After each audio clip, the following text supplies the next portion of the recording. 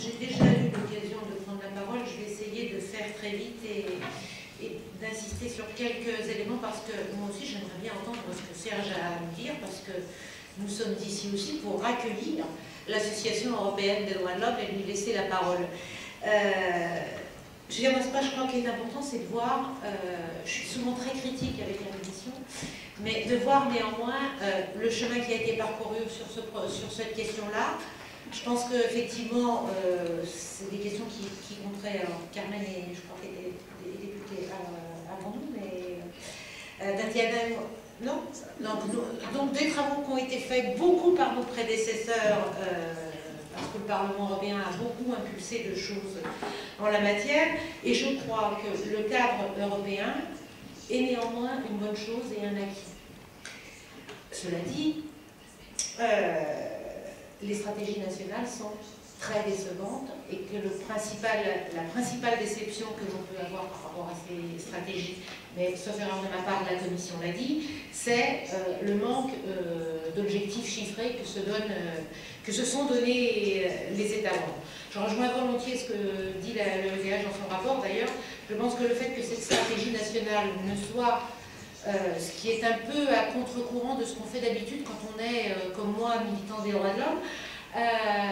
D'habitude, on ne parle pas des droits économiques et sociaux, on a toujours, à mon avis, tendance à mettre les droits civils et politiques et pas parler des droits économiques et sociaux. Là, le cadre européen focalise sur les droits économiques et sociaux, sans mettre en avant ce qui est, me semble-t-il, la question quand même essentielle, c'est que ces droits économiques et sociaux, tant qu'on sera dans un contexte de stéréotypes, de haine raciale, entre guillemets, d'ethnicisation d'une population, je pense qu'on n'arrivera à rien, parce qu'on cherche à traiter les conséquences sans avoir traité les causes, et qu'il y a sûrement un focus à mettre en la matière. Je vais illustrer mon propos, je vais peut-être un peu vite pour les interprètes. Un peu.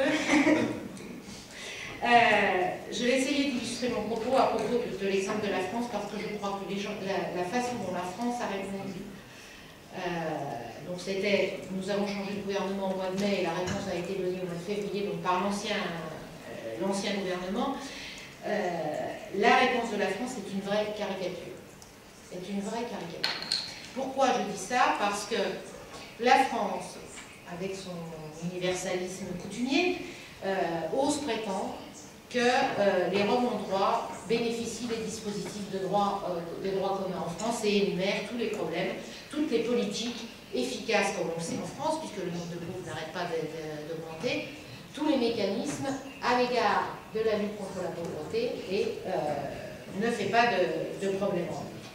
Or, malheureusement, on sait qu'il y a un problème Rome en France, enfin un problème Rome, non pas un problème Rome, je ne sais plus qui l'a dit, mais des discriminations particulièrement flagrantes à l'égard des Roms en France.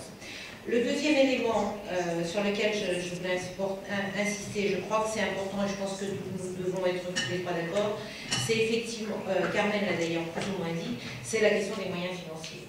Là aussi, je vais renvoyer des fleurs à la Commission, mais au Parlement européen, il y a des moyens considérables, très importants, qui peuvent être disponibles pour la question des Roms. Sauf qu'il y a deux problèmes. Soit les États les demandent et on ne voit pas, dans la plupart des cas, ces fonds arriver aux populations concernées. Je passerai des détails, il y a des travaux qui ont été faits en la matière qui nous montrent bien qu'il y a un vrai problème sur l'utilisation des fonds. Soit alors, je redonne l'exemple de la France, soit les fonds ne sont même pas demandés. Moi, j'ai fait une recherche en France, je me suis aperçue qu'en 2010, alors je ne sais plus de combien la France bénéficie de millions d'euros en matière de FSE, mais sur la quantité, alors, je mets de côté le fait que la France ne demande que 50% des fonds FSE auxquels elle pourrait prétendre, mais sur ces fonds FSE, il y a 1 million d'euros qui étaient destinés aux Roms,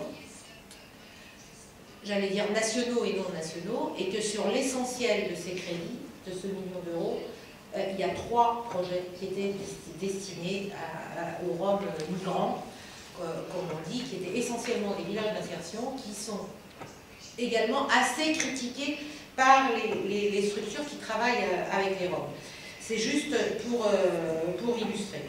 Alors oui, la principale responsabilité aujourd'hui à l'égard des discriminations à l'égard de ces populations relève de la compétence des États membres.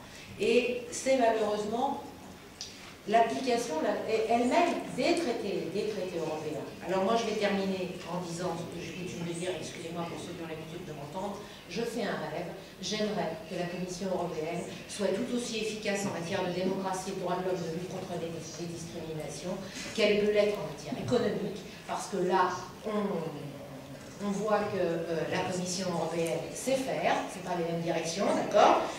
Et je pense qu'en la matière, il y a une vraie efficacité. Je mettrai un bémol par rapport à ce qui s'est passé en France en 2010. Non, la Commission n'a pas fait son travail. Non, la Commission n'a pas été jusqu'au bout. Madame Viviane Reding avait très bien démarré. Elle avait ouvert sur deux champs, la libre circulation, les discriminations.